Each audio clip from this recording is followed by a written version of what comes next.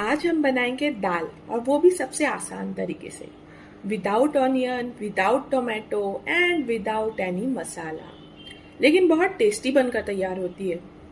ये दाल बनाने के लिए सबसे पहले हम 200 ग्राम तुअर की दाल लेंगे और इसे आधे घंटे के लिए सोक करके रखेंगे।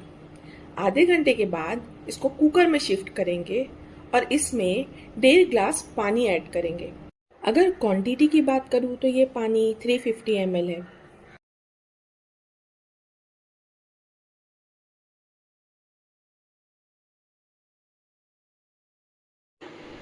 इसमें आधा चमचा हल्दी डाल देंगे और इसे लीड लगाकर 3 सीटी आने तक स्लो टू मीडियम हीट पर पकाएंगे।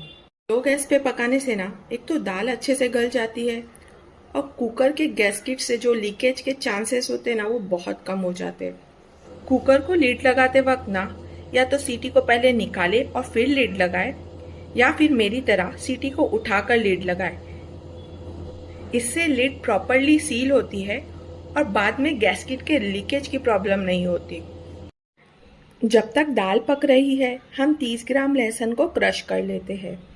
अब इसे स्मैशर की हेल्प से अच्छे से स्मूथ करेंगे।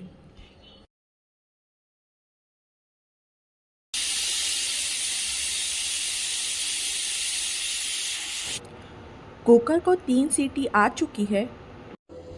अब हमारी दाल पक चुकी है। इसे पकने में अराउंड 15 मिनट लगे, क्योंकि हर किसी के कुकर की साइज और प्रेशर थोड़ा डिफरेंट होता है, इसके लिए 15 से 20 मिनट तक लग सकते हैं। 15 से 20 मिनट बाद फ्लेम ऑफ करें और कुकर के प्रेशर को नेचुरली रिलीज होने दें। जब प्रेशर रिलीज हो जाए तब लीड खोलकर इसमें 1¼ स्पून नमक ऐड करेंगे, जो कि अगर वेट करे तो 15 ग्राम है। हमने सॉल्ट इसलिए पहले ऐड नहीं किया क्योंकि सॉल्ट दाल के आउटर लेयर को हार्ड करता है, जिससे वाटर अब्जॉर्प्शन स्लो हो जाता है और दाल को पकने के लिए ज़रूरत से ज़्यादा वक्त लगता है। अब इसे स्मैशर की हेल्प से अच्छे से स्मूथ करेंगे। अब हम करेंगे बघार की तैयारी। इसके लिए हम एक बर्तन में 50 ग्राम असली घी लेंगे। इसी से इसका फ्लेवर बहुत अच्छा आता है।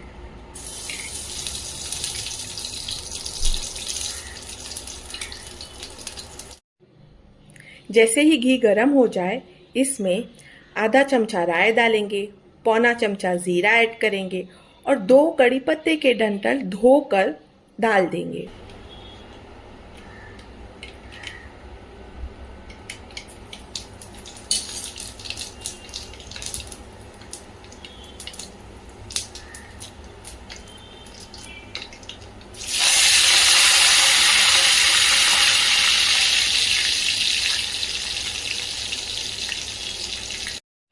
और ये जो लहसुन हमने क्रश करके रखा था ना, इसे भी ऐड करेंगे और अब इस लहसुन को ब्राउन होने तक हिलाएंगे।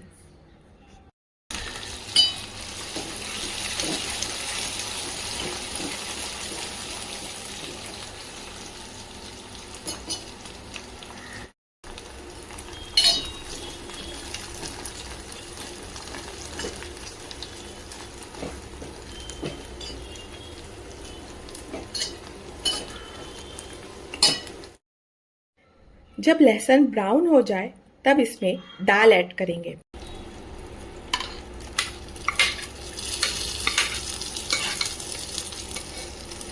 यहाँ इसकी कंसिस्टेंसी मुझे थोड़ी थिक लग रही है, इसलिए मैंने इसमें आधा ग्लास पानी डाल दिया है। आप अपने हिसाब से इसकी कंसिस्टेंसी एडजस्ट कर सकते हैं। अब आप इसे चावल, अचार, सब्जी के साथ खाएं और मजे करें।